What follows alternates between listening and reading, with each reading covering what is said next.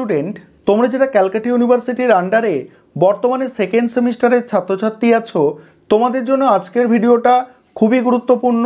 প্রথমেই যে আপডেটটা নিয়ে আলোচনা করব, তোমরা সাইডে একটা নোটিশ দেখতে পাচ্ছ। এই নোটিশটা কি নিয়ে?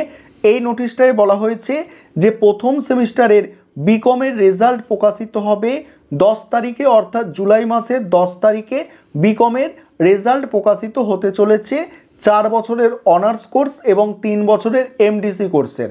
এবং আজকের ভিডিওটায় আরও যে বিষয়গুলো নিয়ে আলোচনা করব, তোমরা প্রত্যেকেই জানো যে আজ অর্থাৎ জুলাই মাসের 5 তারিখে প্রথম সেমিস্টারের বিএ বিএসসি রেজাল্ট প্রকাশিত হয়েছে। এর ফলে অনেকে রিভিউ করতে চাইছে।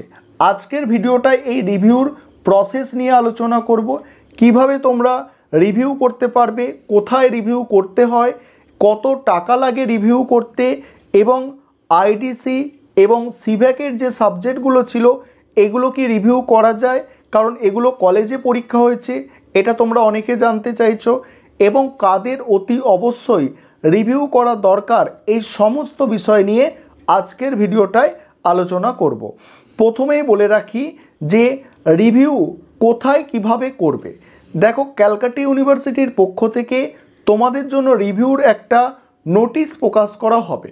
বিকমের রেজাল্ট প্রকাশিত হবে, তারপরেই তোমাদের জন্য একটা কিন্তু নোটিশ প্রকাশ করা হবে ক্যালকাটা ইউনিভার্সিটির পক্ষ থেকে, যেখানে তোমরা রিভিউ করতে পারবে, উল্লেখ থাকবে সেই নোটিশে। অর্থাৎ ক্যালকাটা ইউনিভার্সিটির রিভিউ নোটিশ প্রকাশিত হওয়ার পরেই তোমরা কিন্তু রিভিউ করার জন্য অ্যাপ্লাই করতে পারবে। কিভাবে অ্যাপ্লাই করবে? ক্যালকাটা ইউনিভার্সিটির ওয়েবসাইটে গিয়ে তোমাদের কিন্তু রিভিউর জন্য অ্যাপ্লাই করতে হবে, অর্থাৎ রিভিউ করার আবেদন করতে হবে ক্যালকাটা ইউনিভার্সিটির ওয়েবসাইটে গিয়ে। আর কত টাকা লাগছে এর জন্য? 110 টাকা করে লাগে এক একটা সাবজেক্টে রিভিউ করার জন্য, এবং তুমি যে কটা সাবজেক্ট করবে সেভাবে তোমার টাকা লাগছে। অর্থাৎ একটা সাবজেক্ট করলে তোমার 110 টাকা লাগে, সাধারণত দুটো সাবজেক্ট করলে তোমার 220 টাকা লাগবে। এইভাবে তোমার এক একটা সাবজেক্ট, অর্থাৎ সাবজেক্ট পিছু 110 টাকা করে লাগে এক একটা সাবজেক্ট রিভিউ করতে। এবারে তোমাদের প্রশ্ন হচ্ছে যে IDC paper, common value added course অর্থাৎ সিভ্যাকের পেপার, এগুলো কি রিভিউ করা যায়? কারণ এই প্রশ্নটা তোমাদের মাথায় এই কারণেই আসছে, কারণ এগুলো তো হোম সেন্টারে পরীক্ষা হয়েছে। এই কমন ভ্যালু অ্যাডেড কোর্সের মধ্যে যেমন সংবিধানের মূল্য অর্থাৎ কনস্টিটিউশনাল ভ্যালু, এনভায়রনমেন্টাল সায়েন্স অর্থাৎ পরিবেশবিদ্যা, এই যে সাবজেক্ট এবং আইডিসি পেপার, এগুলো নিজস্ব কলেজে পরীক্ষা হয়েছে এবং কলেজের টিচাররা খাতা দেখেছেন এবং কলেজের টিচাররাই নাম্বার দিয়েছেন। এই সাবজেক্টগুলোতে কি রিভিউ করা যায়? এই যে প্রশ্ন তোমাদের মনে আসছে, দেখো এতদিন সিবিসিএস প্যাটার্নে পরীক্ষা হয়েছে এবং সিবিসিএসের নিয়ম কিন্তু একটু আলাদা ছিল।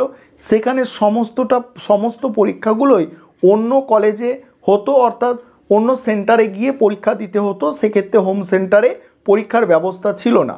এক্ষেত্রে এই সিস্টেমটা কিন্তু নতুন, যেই হোম সেন্টারে পরীক্ষা হওয়ার, যতক্ষণ না ক্যালকাটা ইউনিভার্সিটির তরফ থেকে নোটিশ প্রকাশ করে ক্লিয়ার করা হচ্ছে যে আইডিসি পেপার এবং কমন ভ্যালু অ্যাডেড কোর্সের রিভিউ করা যাবে কি না, সেটা কিন্তু কেউ বলতে পারে না। অর্থাৎ এটা তোমাদের অতি অবশ্যই নোটিশে জানিয়ে দেওয়া হবে যে তোমাদের রিভিউ করা যাবে কি না এই সাবজেক্টগুলো, অর্থাৎ তোমাদের যে কমন ভ্যালু অ্যাডেড কোর্স অর্থাৎ সিভ্যাকের সাবজেক্ট এবং আইডিসি সাবজেক্ট। আমার যেটুকু মনে হয় যে অতি অবশ্যই তোমরা রিভিউ করতে পারবে, তোমরা যদি নিজের নম্বরে স্যাটিসফাই না হও।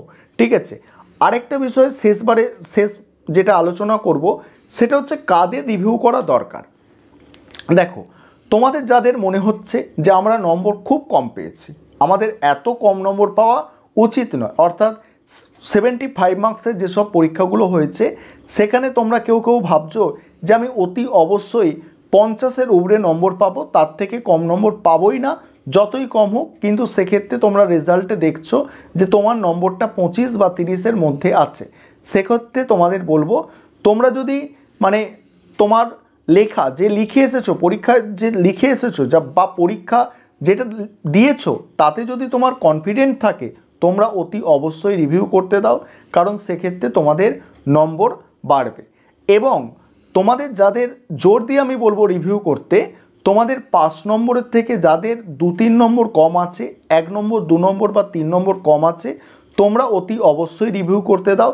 কারণ দেখা গেছে অনেক সময় কিন্তু রিভিউ করে কিন্তু কি হচ্ছে, সেটা কিন্তু নম্বরটা পাস হয়ে যায়, অর্থাৎ সাপ্লি আর তার থাকে না, সেমিস্টার ক্লিয়ার কিন্তু দেখায়। তাই তোমাদের যাদের 2-3 নম্বর কম হচ্ছে তোমরা অতি অবশ্যই রিভিউ করতে দেবে। আরেকটা বিষয় তোমরা অনেকে জানতে চাইছো যে তোমাদের অনার্স কেটে যাবে কি না, যে অনার্সের যে পেপার আছে, অনার্সের পেপারে সাপ্লি এসেছে, অনার্স কেটে যাবে কি না, বা তোমার পাসে হয়ে যাবে কি না। এখানে বলে রাখি, তোমার অনার্সের পেপারে সাপ্লি এলেও তুমি সেকেন্ড সেমিস্টারে গিয়ে সেটা সাপ্লি দিয়ে দিতে পারবে, অর্থাৎ সেকেন্ড সেমিস্টার নয়, সরি, থার্ড সেমিস্টারে যখন পরীক্ষা হবে তখন তুমি সাপ্লি ক্লিয়ার করতে পারবে, তোমার অনার্স কাটবে না। আর যে নতুন সিস্টেম সিসিএফ সিস্টেম, এখানে এরকম অনার্স কেটে যাওয়ার কোনো ব্যাপার থাকছে না। এবং তোমার যদি 3-4টে সাবজেক্টেও, তোমার 5টা সাবজেক্টেও তোমার সাপ্লি থেকে থাকে, অর্থাৎ 5 নম্বরের থেকে কম থাকে, তুমি সেকেন্ড সেমিস্টারে যেতে পারবে, সেকেন্ড সেমিস্টারের পরীক্ষা তুমি দিতে পারবে, ঠিক আছে, তাতে কোনো সমস্যা নেই। তবে যখন এই সাপ্লির পরীক্ষা হবে তোমাকে সাপ্লি দিয়ে সেই সাবজেক্টগুলোকে কিন্তু ক্লিয়ার করতে হবে, যেগুলো ব্যাকলগ থাকবে সেই ব্যাকলগগুলোকে কি করতে হবে, ক্লিয়ার করতে হবে। আরেকটা বিষয় তোমরা এখানে অনেকে জানতে চাইছো, আমি আলোচনা করে দিই, যে কেউ যদি ইন্টারনালে ফেল করে তাহলে কি হবে, পরের বারে তো তাকে কিন্তু ইন্টারনাল পরীক্ষা দিতে হবে, ঠিক আছে, ইন্টারনালে ফেল করলে ইন্টারনাল পরীক্ষা দিতে হবে। কিন্তু কেউ যদি থিওরি পেপারে ফেল করে যায়, আমি যেটুকু জানি থিওরি পেপারে যদি কেউ ফেল করে যায় তাকে ইন্টারনাল এবং থিওরি দুটো পরীক্ষাই কিন্তু দিতে হয়। আজকে এই ছিল আলোচনা। অতি অবশ্যই তোমরা ভিডিওটা একটু অন্যদের মধ্যে শেয়ার করে দাও, তারাও যাতে বিষয়বস্তুগুলো জানতে পারে।